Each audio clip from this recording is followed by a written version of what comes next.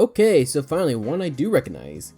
Getting older, I am now at the age where everything is getting remade. I was filming some of these while watching my niece, where apparently Spirit and Thomas the Train have also had a resurgence in popularity, and I think I understand why, somewhat. The more something tries to get remade, it's usually not only hated for Frankensteining a new show out of it, but any edge it has is scrubbed away, leaving behind just another kid's show.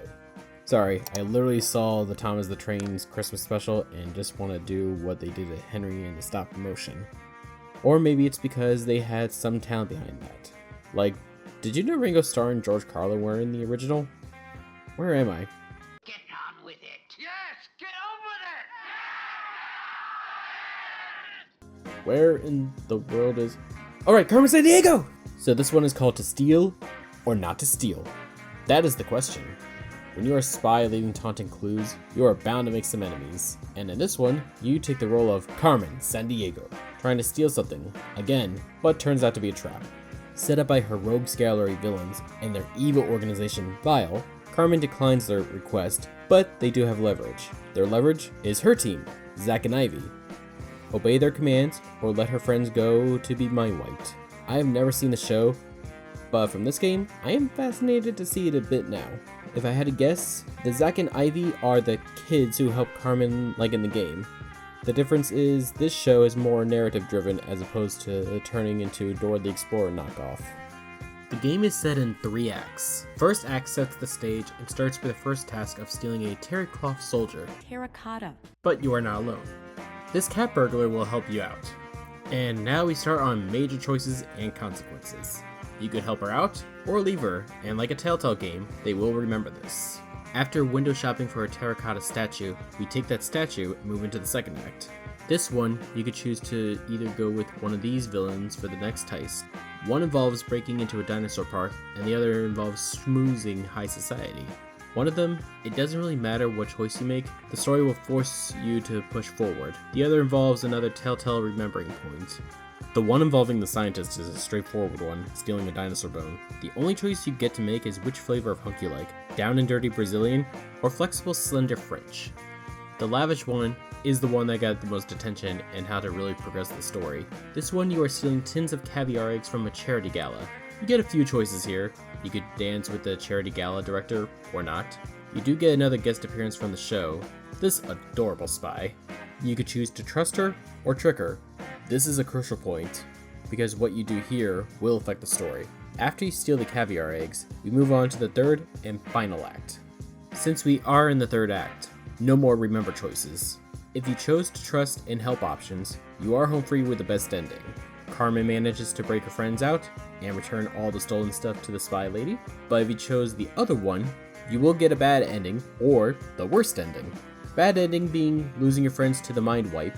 Worst one is, villains win, keep the stuff they stole, and the head guy gets what he wanted all along. If you do manage to get one of the better endings, you do get treated to a little treat. Nostalgia bait, memorable characters in game with good intention, catchy song. Where in the world is Carmen Sandiego?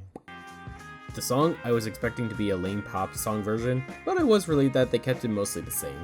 Getting the entire cast to sing along, so points for that. What I just mentioned, or recapped, that was the straightforward of the episode.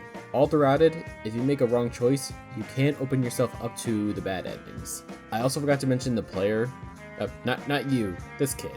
He's basically your support, your IT support. This episode, she does get updates on how her psychics are doing.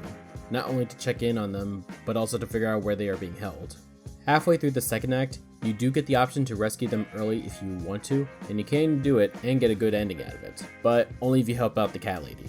If you were sassy, then bad ending. So overall for this one was honestly pretty enjoyable. Wasn't too immature, and knew enough not to make every choice a good or bad choice on first glance. Sometimes you took the safer option and got screwed over. The animation, I do miss me the thick line art. This flat design, however, is kind of working for me. I think because they knew to make it even more dynamic if we are going to be taking this shortcut, I do feel like they may have put too much lighting on it with the mock backlight, but that's a small nitpick. The characters other than Carmen, I have zero knowledge on. I'm guessing most were redesigns of the villains in the games or were born from a combination of all Carmen Sandiego merchandise. The character designs were fun and new to embrace some of the old school Bond style villains. Carmen herself, her design, I do miss that big She-Hulk look she had, but they do have fun with the different styles for Carmen. Voice acting was excellent all around, mostly. Maybe because I haven't had any time with them, but I hated the psychics, and especially the voices. Now this isn't Willie hatred level for voice acting, but I feel like it's Lil Karibo's Joey Wheeler talking. Brooklyn Rage! Brooklyn Rage! Brooklyn Rage! That goes for both of them. As for the mission, they were fun and did go to different places getting fun facts on the location.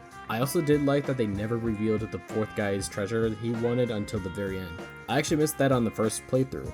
I think the only other fun fact with this is that it did probably get a lot of mileage out of it because this did come out in 2020, like early 2020, right at the start of the pandemic in March. So we got to join those games that benefited at the start, like Animal Crossing and Doom. Actually, can Carmen trade her 2 psychics for these 2? Oh my god, that would be amazing! Anyway, Carmen Sandiego, to steal or not to steal? Where do I put it? It's up there. They know their audience and who is watching. They do make it challenging for kids playing this for the first time. The choices are not always clear. They even manage a twist or 2 depending on what you choose. So, sad to see it go, but not forgotten. We will remember this one, and may actually look at the show now. But with this being off Netflix, the only question left is, where in the world is Carmen Sandiego? Oh, hello player. Congrats, you made it to the end of the video. This is for them 90 kids. Which do you prefer, 90s Carmen or new Carmen? Millennial or Gen Alpha? I don't know the generation names anymore. I guess I could say the slender petite one or the hulking anti-hero. Come on, what's your flavor?